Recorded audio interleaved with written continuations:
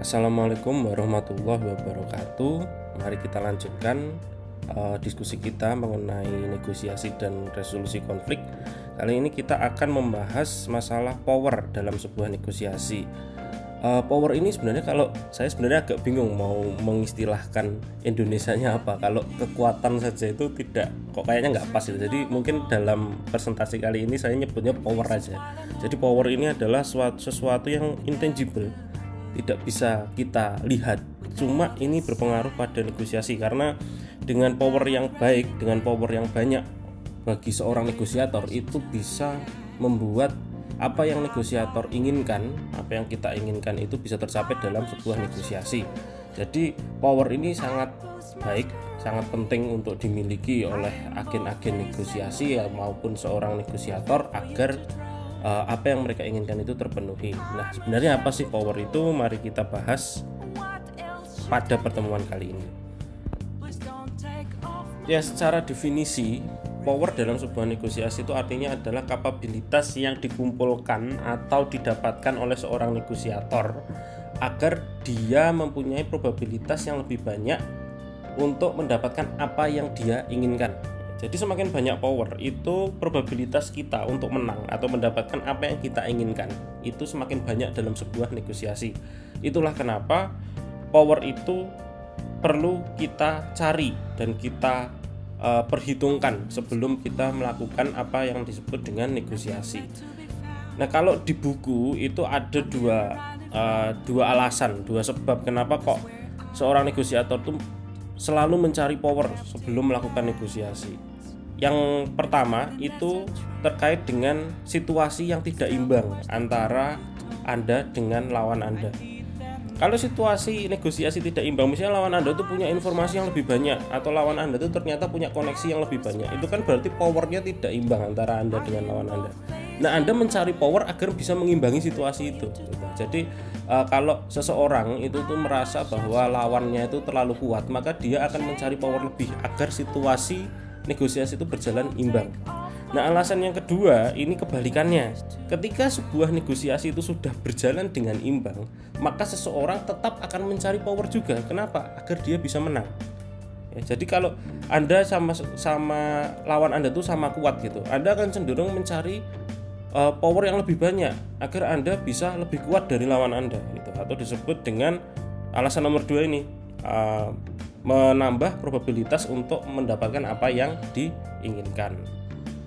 Kalau kita lihat dari definisi dan juga sebab tujuan kita menggunakan power itu kok terlihat bahwa power itu cenderung digunakan untuk negosiasi bertipe distributif, di mana kita menggunakan power untuk mengalahkan lawan. Kita menggunakan power agar lawan itu bisa lebih lemah dari kita gitu. Tapi sebenarnya harap diingat bahwa definisi asli dari power adalah kita menggunakan power agar meningkatkan probabilitas tujuan kita tercapai. Dan tidak semua negosiasi tujuannya adalah claiming value.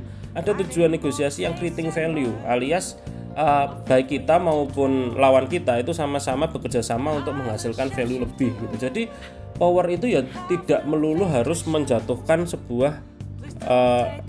lawan Anda gitu. Nah, di sini kita melihat ada dua perspektif sebenarnya dalam sebuah power.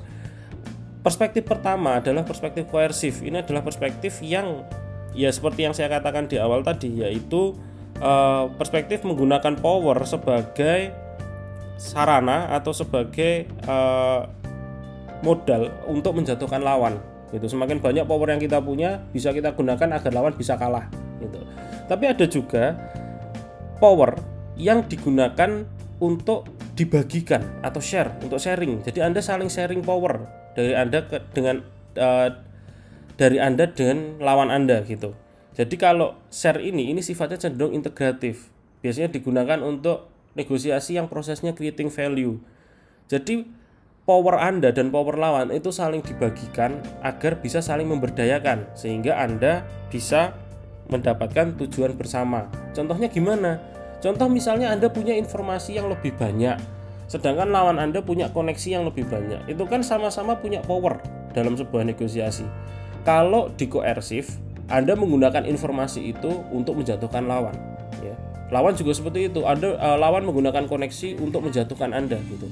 Tapi kalau sifatnya share atau ini yang tipe-tipe integratif itu ya, power yang dipunyai oleh masing-masing pihak itu digunakan untuk saling memberdayakan atau empowering. Jadi misal Anda punya informasi yang banyak, lalu lawan Anda punya koneksi yang banyak, ya saling dibagi gitu. Oh, saya punya koneksi si A si B nih, bagaimana kalau kita kerjasama dengan A dan B gitu. Terus Anda misalnya, oh saya punya informasi tentang harga yang lebih murah nih, bagaimana kalau kita pakai dari supplier ini gitu. Jadi saling membagikan informasi. Di sini kita lihat bahwa power itu ternyata juga bisa dipakai untuk saling memberi keuntungan kepada pihak-pihak yang bernegosiasi, tidak melulu untuk menjatuhkan lawan. Ya, jadi harap diingat ada dua perspektif dalam menggunakan power di negosiasi. Yang pertama adalah koersif, yang kedua adalah share. Nah, pembahasan selanjutnya ini terkait dengan bagaimana kita mendapatkan sebuah power. Kita sudah tahu bahwa power ini sangat penting dalam sebuah negosiasi untuk mendapatkan apa yang kita inginkan. Namun kita mencari power itu dari mana gitu. Nah, di buku di Lewicki itu disebutkan ada 5 sumber di mana kita bisa mencari power gitu. Yang pertama jelas informasi. Ya, semakin banyak informasi yang kita miliki tentu memberi manfaat yang besar pada saat kita bernegosiasi daripada Anda tidak mempunyai informasi sama sekali tentang hal yang akan dinegosiasikan. Lalu yang kedua berasal dari dalam diri sendiri ya. Jadi personality seseorang, karismanya, pola pikirnya, cara-cara dia berkomunikasi itu juga memberi power yang signifikan pada saat melakukan negosiasi. Yang ketiga, posisi negosiator tersebut. Misalnya ini terkait dengan hierarki dalam organisasi ya. Misalnya seorang manajer akan melakukan negosiasi dengan karyawannya, ya otomatis secara posisi itu manajer itu pasti mempunyai power yang lebih besar daripada karyawannya. Lalu juga tidak melulu di hierarki organisasi ya. Misalnya di strata sosial, di hidup bermasyarakat. Kalau seseorang itu keturunan bangsawan atau keturunan pemimpin-pemimpin gitu, itu biasanya powernya juga lebih besar karena orang yang keturunan biasa ya, mohon maaf rakyat jelata itu akan memandang orang yang keturunan ningrat itu lebih tinggi derajatnya. Jadi secara power ya mereka kalau bernegosiasi juga akan lebih tinggi daripada rakyat biasa. Itu secara posisi. Bisa juga secara hubungan.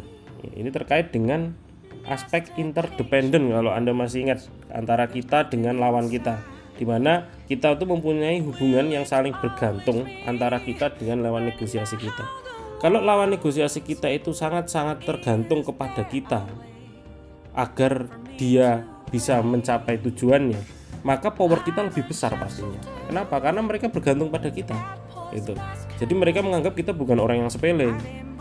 Nah, itu juga bisa menjadi sumber power bagi kita kalau misalnya orang-orang itu mempunyai ketergantungan yang tinggi kepada kita. Yang terakhir adalah kontekstual.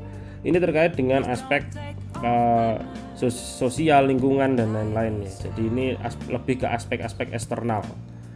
Nah, di slide selanjutnya akan kita bahas lebih spesifik masing-masing sumber power ini agar Anda bisa mengerti lebih banyak dan juga tahu bagaimana kita mendapatkan power dari masing-masing sumber ini. Sumber power pertama adalah informasi ya. Ini sudah sering sekali kita bahas pentingnya informasi dalam sebuah negosiasi, baik itu distributif maupun integratif. Semua hasil dari negosiasi itu sangat-sangat bergantung pada informasi. Bahkan kita sudah mempelajari teknik memberi informasi yang baik di teknik komunikasi, di bab komunikasi sebelum UTS gitu. Jadi semakin banyak informasi yang Anda miliki, otomatis Anda mempunyai banyak data, banyak alternatif, banyak pilihan untuk merumuskan strategi pada saat Anda bernegosiasi. Jadi informasi ini memainkan peran penting. Semakin banyaknya informasi, tentu saja power yang Anda miliki itu semakin besar. Bahkan di Lewicki dijelaskan bahwa informasi adalah power terbesar atau terbaik dari sebuah negosiasi. Sebenarnya nggak salah sih. Banyak sekali negosiasi yang berhasil karena pihak yang menang itu mempunyai akses informasi yang baik. Cuma harap diingat bahwa tidak selamanya menurut saya pribadi ya ini. Jadi ini mungkin subjektif. Tidak selamanya informasi itu menjadi senjata utama pada saat kita bernegosiasi. Ada banyak faktor-faktor lain yang bisa mempengaruhi, power yang bisa mempengaruhi selain informasi. Anda punya banyak informasi, tapi misalnya kalau di Indonesia ya, di Indonesia ini kan masih strata sosial itu masih termasuk hal yang sensitif dan hal yang sangat-sangat diperhatikan. Anda punya banyak informasi, tapi posisi Anda di organisasi atau di masyarakat itu lebih rendah dari lawan Anda.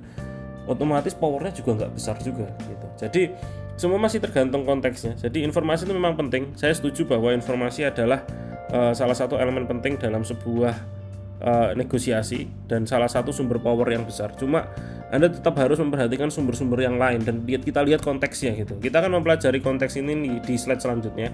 Sebelumnya kita mari berkenalan lagi dengan berbagai macam sumber power dalam negosiasi.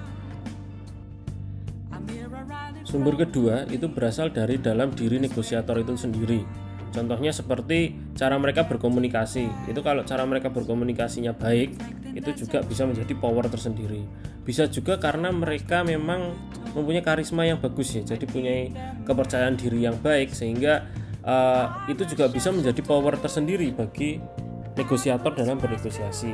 Nah di buku Lewicki itu menarik karena mereka membahas personality seseorang dari aspek bagaimana mereka menyikapi sebuah power ya. Bagaimana sudut pandang mereka tentang power tersebut. Nah, ini bisa ditelaah, bisa dibahas dari 5 aspek. Yang pertama aspek kognitif, yaitu bagaimana mereka memproses informasi tentang power itu gitu. Jadi, cara manusia menyikapi sebuah power itu tergantung bagaimana kognisi mereka terhadap power tersebut. Ini terkait dengan ideologinya ya. Contohnya misalnya kalau orang yang sedikit radikal itu biasanya menganggap bahwa power dari setiap orang itu berbeda-beda dan kita harus bisa mendominasi orang lain gitu. Itu power kita adalah yang terbaik gitu. Ideologi kita yang paling baik, gampangnya seperti itu.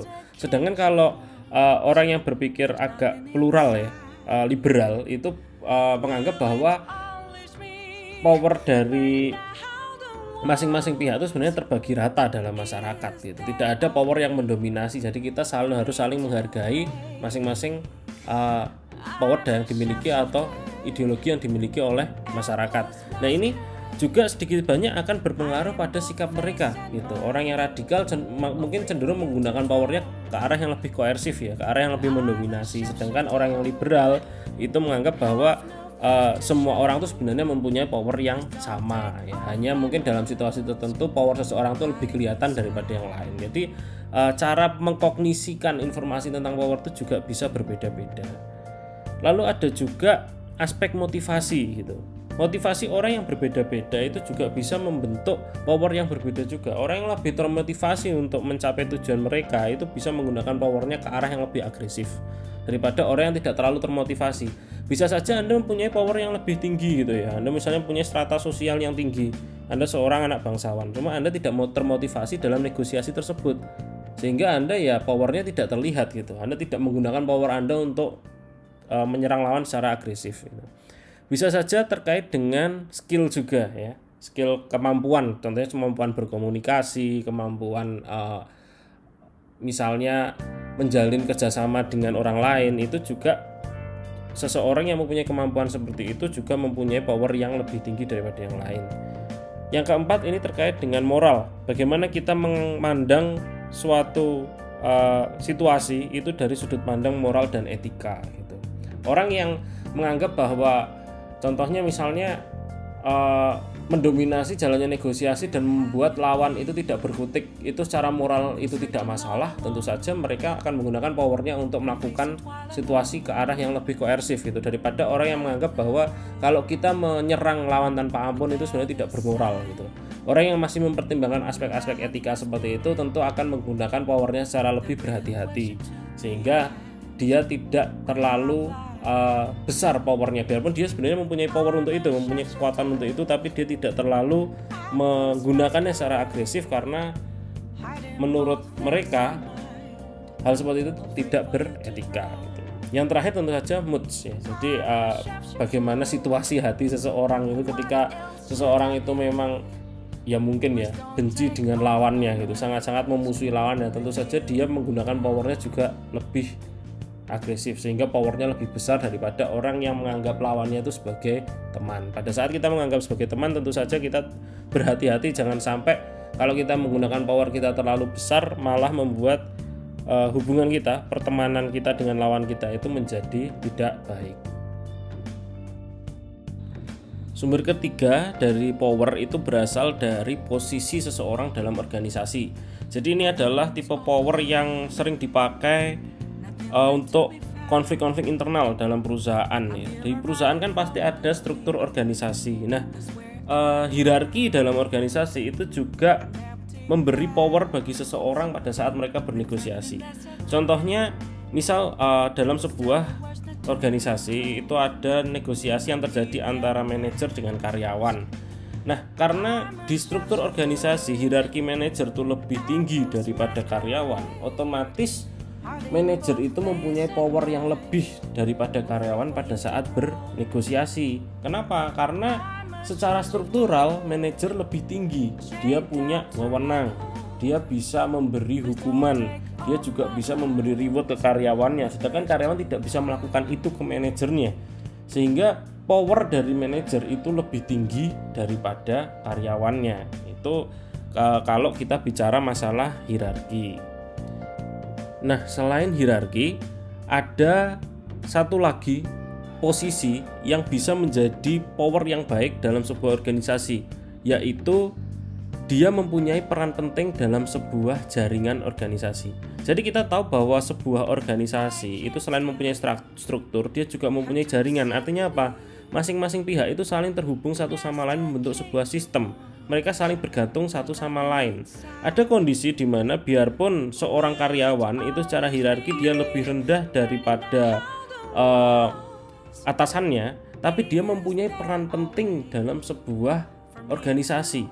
Contohnya misalnya karyawan itu dia mempunyai koneksi dengan partner atau supplier yang potensial.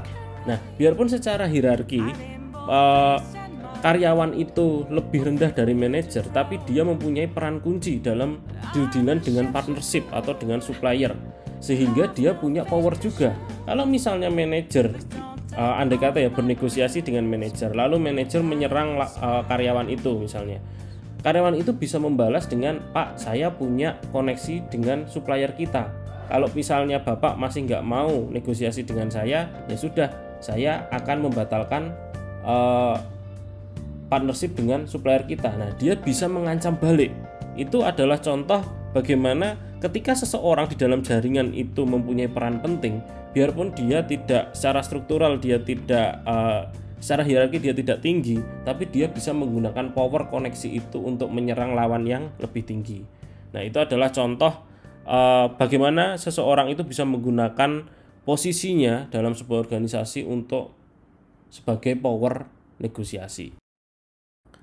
Sumber keempat ini terkait dengan hubungan kita dengan lawan kita gitu. Jadi kita dengan lawan kita dalam sebuah negosiasi itu kan sebenarnya saling bergantung satu sama lain gitu. Tanpa adanya kita, lawan kita nggak bisa dapat apa yang mereka inginkan, begitu juga sebaliknya. Nah, tingkat ketergantungan ini sebenarnya juga mempunyai power gitu. Misalnya kita itu mempunyai koneksi atau kita mempunyai hal yang sebenarnya diinginkan oleh lawan, sehingga lawan tuh sangat bergantung terhadap kita. Contohnya misalnya kalau kita mempunyai kita adalah supplier material ya, bahan baku yang sangat-sangat dibutuhkan oleh lawan kita, dan lawan kita tidak bisa mencari alternatif penjual lain selain kita, itu otomatis kan lawan bergantung sekali terhadap kita toh. Nah, pada saat hal seperti itu terjadi, maka power kita itu lebih tinggi daripada lawan kita.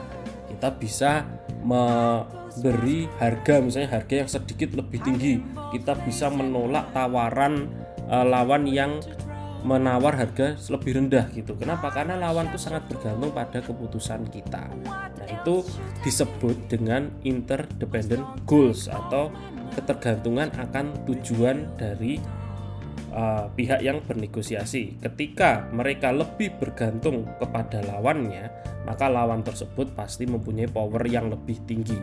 Nah, selain itu ada juga yang disebut dengan referent power. Referent power ini juga terkait dengan hubungan kita dengan lawan, tapi ini terkait dengan aspek respeknya lawan terhadap kita. Kalau misalnya lawan negosiasi kita itu menganggap kita adalah orang yang disegani, orang yang dihormati, orang yang mereka idolakan, orang yang menjadi panutan bagi mereka, maka mereka akan segan untuk bernegosiasi dengan kita. Otomatis power kita lebih tinggi. Maka kalau Anda ingin mengembangkan referent power Anda, jadilah orang yang dihormati. Maka ketika terjadi negosiasi, lawan Anda akan segan untuk bernegosiasi kepada Anda, karena Anda adalah orang yang lawan hormati. Nah, itu adalah bagaimana hubungan antara pihak-pihak yang bernegosiasi itu juga bisa menciptakan power. Nah, selain keempat sumber tadi, itu ada juga sumber-sumber lain yang secara kontekstual itu memang mengandung power gitu. Tapi ini tidak terkait dengan pihak-pihak yang bernegosiasi, melainkan terkait dari aspek-aspek eksternal atau hal-hal yang tidak dimiliki oleh pihak yang bernegosiasi tapi mempengaruhi power pihak tersebut. Contohnya apa? Paling gampang batna ya. Ketika seseorang punya batna yang lebih tinggi, otomatis dia mempunyai pilihan alternatif yang lebih tinggi, yang lebih besar daripada lawannya. Ketika lawan itu tidak setuju dengan apa yang ditawarkan oleh kita, maka kita bisa menggunakan batna kita untuk menyerang balik lawan gitu. Ini sudah kita pelajari pada waktu negosiasi bertipe distributif ya, bagaimana kita bisa menggunakan batna ini untuk menyerang balik lawan kita ketika lawan tidak setuju dengan tawaran kita. Nah, yang kedua ini ada kultur ya. Kultur ini juga berpengaruh pada power ya. Ini mungkin agak sedikit sensitif, agak sedikit stereotip juga gitu, tapi ini adalah kenyataannya gitu. Akui saja bahwa kalau misalnya kita itu bernegosiasi dengan negara yang lebih maju, biasanya kita merasa minder duluan gitu ya. Kita merasa bahwa kita tidak punya power. Nah, itu sering terjadi. Ini realita ya. Kita berbicara bukan merendahkan bangsa kita, tapi realita yang terjadi memang seperti itu. Ini ya, kenapa kok bisa seperti itu? Banyak sekali ya macamnya, karena aspek historis, kita pernah dijajah juga, karena memang status kita yang masih ya negara berkembang agak maju lah, belum maju banget gitu. Jadi secara tingkat kemakmurannya memang kita belum setara dengan negara yang lain. Itu juga membuat power kita juga agak lemah gitu. Anda kalau lihat di forum-forum internasional, misalnya di PBB atau lain-lain, ya tentu saja negara-negara maju yang punya power lebih tinggi gitu, karena kulturnya juga memang berpengaruh gitu. Kita sudah minder duluan secara kultur gitu. Kita sudah punya perasaan yang kita bukan negara yang patut melawan mereka gitu. Nah, ini yang harus kita ubah sebenarnya. Itu kan hanya persepsi kita ya terhadap negara lain, tapi kita ya aslinya juga punya daya untuk melawan mereka gitu.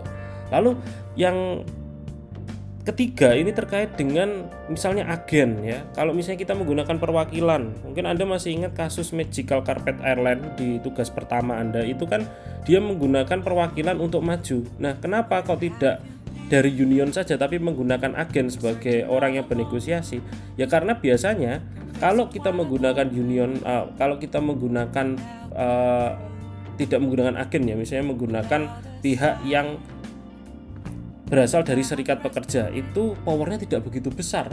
Serikat pekerja mau melawan manajemen gitu, karyawan mau melawan manajemen, tentu saja dari cara mereka berkomunikasi, dari cara mereka menganggap atasan mereka respect pada atasan mereka, itu mereka juga sudah minder duluan. Mereka tidak merasa bahwa power mereka sudah lemah. Itulah mengapa mereka menggunakan agen ya, orang dari luar yang mereka percaya, yang bisa berkomunikasi dengan baik, bisa membawakan pesan dengan baik agar power mereka bisa naik gitu.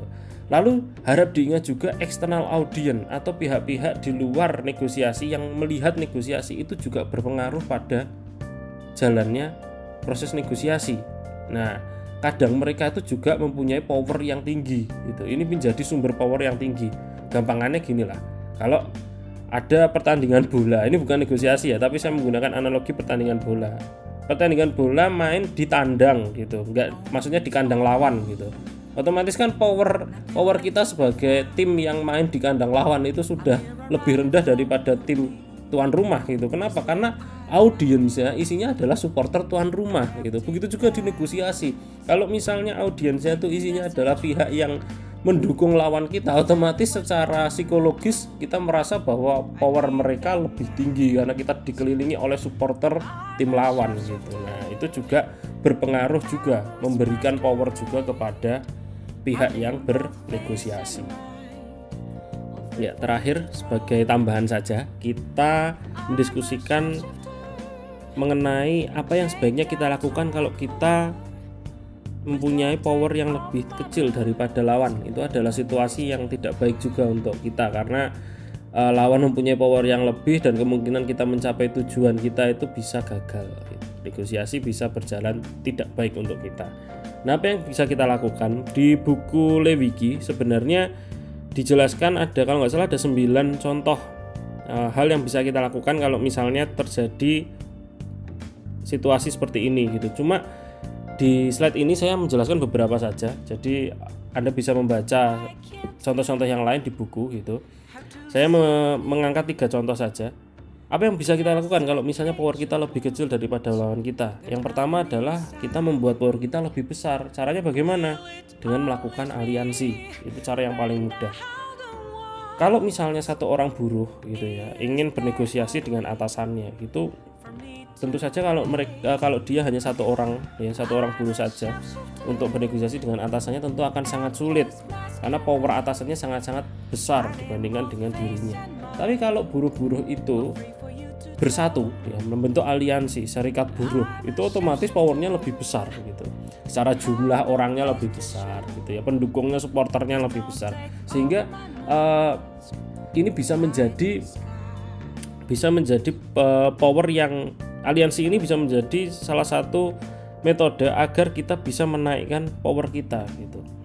Cara kedua adalah membuat momentum pada kesepakatan kita. Ini gampangannya kita membuat kesepakatan yang terencana atau terstruktur. Kalau misalnya kita mempunyai power yang rendah, kita lakukan kesepakatan awal dengan pihak-pihak yang mempunyai power tinggi ya. Jadi sebelum negosiasi dilakukan, kita sudah deal dulu nih dengan pihak-pihak yang mungkin punya informasi yang lebih banyak, yang mungkin punya koneksi yang lebih banyak gitu.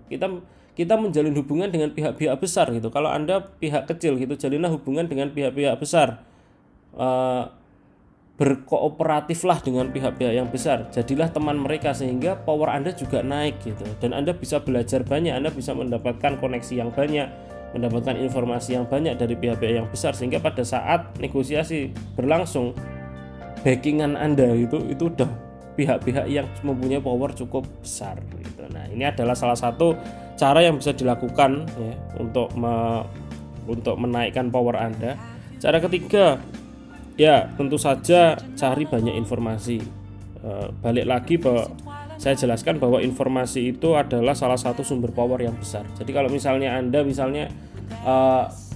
kalah dalam hal senioritas gitu ya dengan lawan Anda gitu, ya Anda lebih baik cari jalan lain, carilah informasi sebanyak-banyaknya gitu, sehingga mungkin kita kalah dalam struktur sosial, tapi secara informasi, secara akses informasi, secara opsi, secara alternatif kita mempunyai power yang lebih besar gitu. Itu juga sedikit bisa mengimbangi, setidaknya bisa mengimbangi kalau misalnya lawan kita mempunyai power yang lebih besar. Oke, untuk contoh-contoh yang lain Anda mungkin bisa membaca di buku Lewicki, ada banyak gitu. Sebenarnya saya mau menjelaskan satu-satu, cuma nanti uploadnya jadi lama gitu, karena ya koneksi rumah saya lagi nggak bersahabat gitu. Jadi ya mungkin itu sedikit yang bisa saya sampaikan. Terima kasih, kurang lebihnya saya mohon maaf. Assalamualaikum warahmatullahi wabarakatuh.